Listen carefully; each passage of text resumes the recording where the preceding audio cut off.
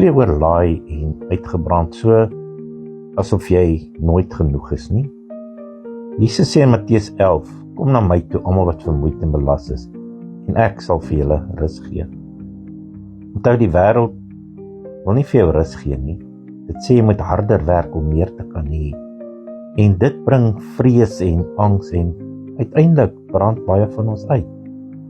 God sê vir jou dat jou waarde nie in prestasie lê nie, maar in jou identiteit as sy kind. Galasiërs 3:26 sê julle is almal kinders van God, deur geloof in Jesus Christus. Onthou die goddelike natuur wat God in jou gesit het, nie vol vrees, depressie of jaloesie nie. Dis gevul met vrede, vreugde, krag en selfs in die middel van storms. 2 Timoteus 1:7 sê dat God ons nie gees van vreesagtigheid gegee het nie, maar van liefde, krag en selfbeheersing. Die geheim is nie om harder te werk om beter te wil word nie, maar eerder om jou eenheid met God te ontdek.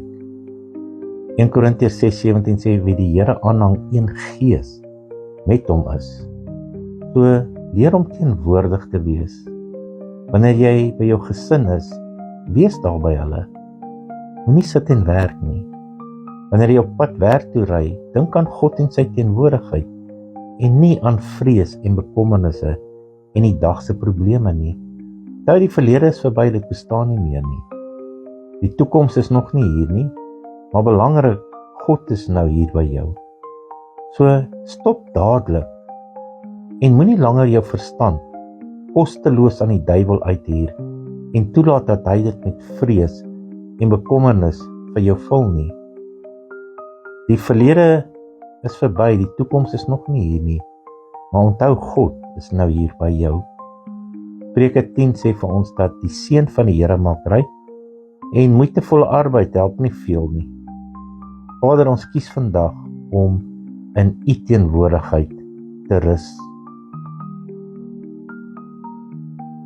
Ons kies nie vrees nie, maar vrede. Nie strewe nie, maar liefde.